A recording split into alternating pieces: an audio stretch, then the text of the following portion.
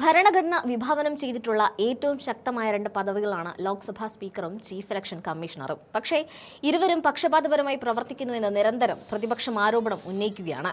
Cricket കളിയിൽ umpire വഹിക്കുന്ന പദവിക്ക് തുല്യമായ പരിവേഷമാണ് ലോക്സഭാ സ്പീക്കർക്കും തെരഞ്ഞെടുപ്പ് കമ്മീഷണർക്കും ഉള്ളത്. ഒരു ക്രിക്കറ്റ് കളിയിൽ അമ്പയർ പക്ഷപാതം കാണിച്ചാൽ ആ കളിയുടെ ഗതി തന്നെ മാറുന്നതുപോലെ പാർലമെന്റിനെയും തെരഞ്ഞെടുപ്പിനെയും നിയന്ത്രിക്കേണ്ടവർ തന്നെ കളം മാറ്റി ചവിട്ടുമ്പോൾ ഉറപ്പായും ജനാധിപത്യത്തിന് കോട്ടം സംഭവിക്കും.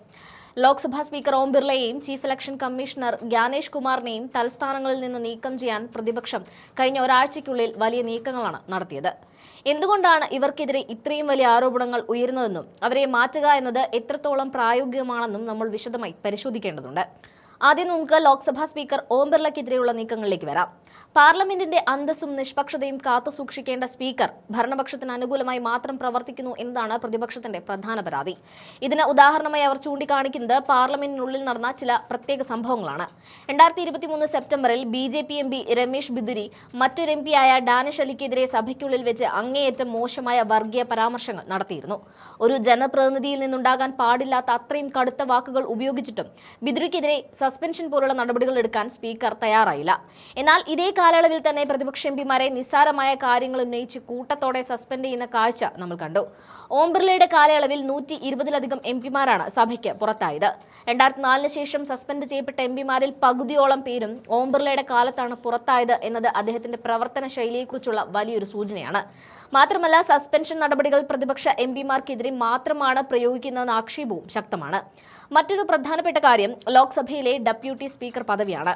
നമ്മുടെ ഭരണഘടനയുടെ 93-ാം അനുച്ഛേദം വ്യക്തമായി പറയുന്നത് സഭയിൽ സ്പീക്കറും ഡെപ്യൂട്ടി സ്പീക്കറും ഉണ്ടായിരിക്കണം എന്നാണ്. സാധാരണയായി ഡെപ്യൂട്ടി സ്പീക്കർ പദവി പ്രതിപക്ഷത്തിനാണ് നൽകാറുള്ളത്.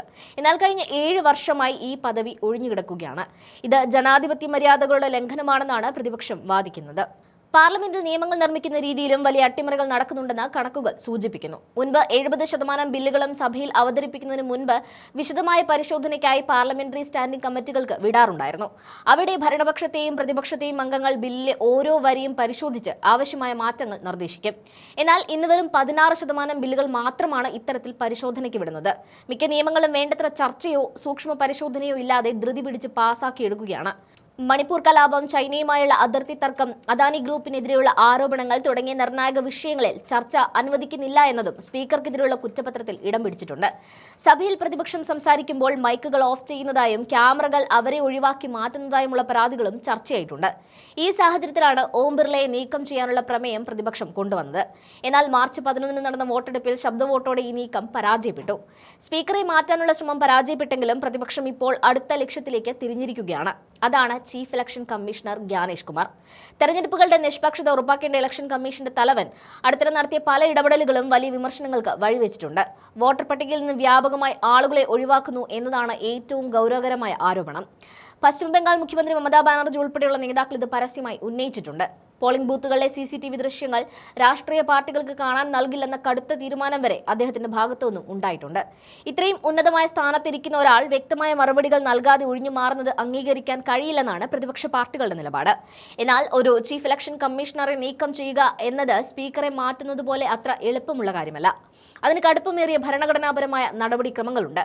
ഒരു സ്പീക്കറെ നീക്കം ചെയ്യാൻ ലോക്സഭയിൽ ഹാജരായവരുടെ പകുതിയിലധികം പേരുടെ പിന്തുണ മാത്രം മതിയാകും. എന്നാൽ ചീഫ് ഇലക്ഷൻ കമ്മീഷണറെ മാറ്റണമെങ്കിൽ ഒരു സുപ്രീം കോടതി ജഡ്ജിയെ നീക്കം ചെയ്യുന്ന അതേ രീതി തന്നെ പിന്തുടരണം.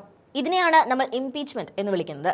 ആദ്യം ലോക്സഭയിൽ 100 എംപിമാരോ അല്ലെങ്കിൽ രാജ്യസഭയിൽ 50 എംപിമാരോ ചേർന്ന് ഇതിനായി നോട്ടീസ് നൽകണം. തുടർന്ന് ആരോപണങ്ങളെക്കുറിച്ച് വിശദമായ അന്വേഷണം നടക്കും. അന്വേഷണത്തിന് ശേഷം ലോക്സഭയിലും രാജ്യസഭയിലും ഈ പ്രമേയം വോട്ടിനിടണം.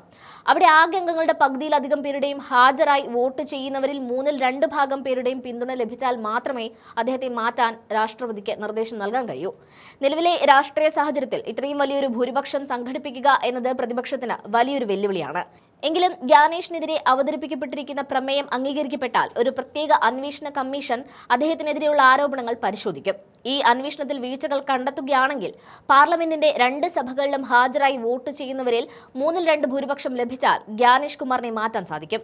ഇവിടെയാണ് പ്രതിപക്ഷം വിജയിക്കാൻ സാധ്യതയുണ്ടെന്ന് രാഷ്ട്രീയ നിരീക്ഷകർ കരുതുന്ന ചില ഘടകങ്ങൾ വരുന്നത്. പാർലമെന്റിലെ കേവലമായ വോട്ടിങ്ങിനേക്കാൾ ഉപരിയായി ഒരു അന്വേഷണ കമ്മീഷൻ ഗ്യാനേഷ് കുമാറിനെതിരെയുള്ള ആരോപണങ്ങൾ പരിശോധിക്കുന്നത് തന്നെ അദ്ദേഹത്തിന്റെ പദവിയുടെ ധാർമ്മികത തകർക്കും. ഒരു അന്വേഷണം നേരിട്ടുകൊണ്ട് ആ പദവിയിൽ തുടരുന്നത് അന്താരാഷ്ട്ര തലത്തിൽ പോലും ഇന്ത്യയുടെ പ്രതിച്ഛായ ബാധിക്കും. ഇത്തരമൊരു സാഹചര്യം ഒഴിവാക്കാൻ ഗ്യാനേഷ് കുമാറിന് മേൽ രാജിവെക്കാനുള്ള കടുത്ത സമ്മർദ്ദമേറാൻ സാധ്യതയുണ്ട്.